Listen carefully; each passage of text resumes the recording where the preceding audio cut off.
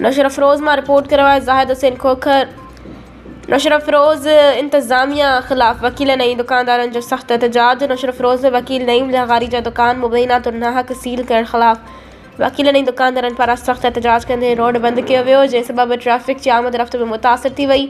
एहतजाज जी अॻुवाणी ज़िले bar association Naushahro Feroze general secretary Shaukat Ali Bohio, joint secretary Sher Mohammad Ujjan, Abdul Sattar Lahrani, Sanaullah Abbasi, Riaz Solangi, वक़ार लुंड ऐं ॿियनि कई। उन मौक़े ते अॻुवाणनि ख़िताब कंदे इल्ज़ाम हयो त डिप्टी कमिश्नर ऐं असिस्टेंट कमिश्नर बिना के क़ानूनी जवाज़ जे तासुब जी बुनियाद ते वकील नईम लहारी जा दुकान सील कया आहिनि, जेको अमल सरासर ज़्यादती ऐं इख़्तियारनि जो ग़लति इस्तेमालु आहे। हिन चयो त जेकॾहिं इंतज़ामिया अहिड़ो ई रवैयो जारी रखंदी रही त ज़िले बार एसोसिएशन पंहिंजो अदालती कमु मुकमल तौर ते मुअतल कंदी ऐं डिप्टी कमिश्नर ऑफिस जो घेराव पिणु कयो वेंदो।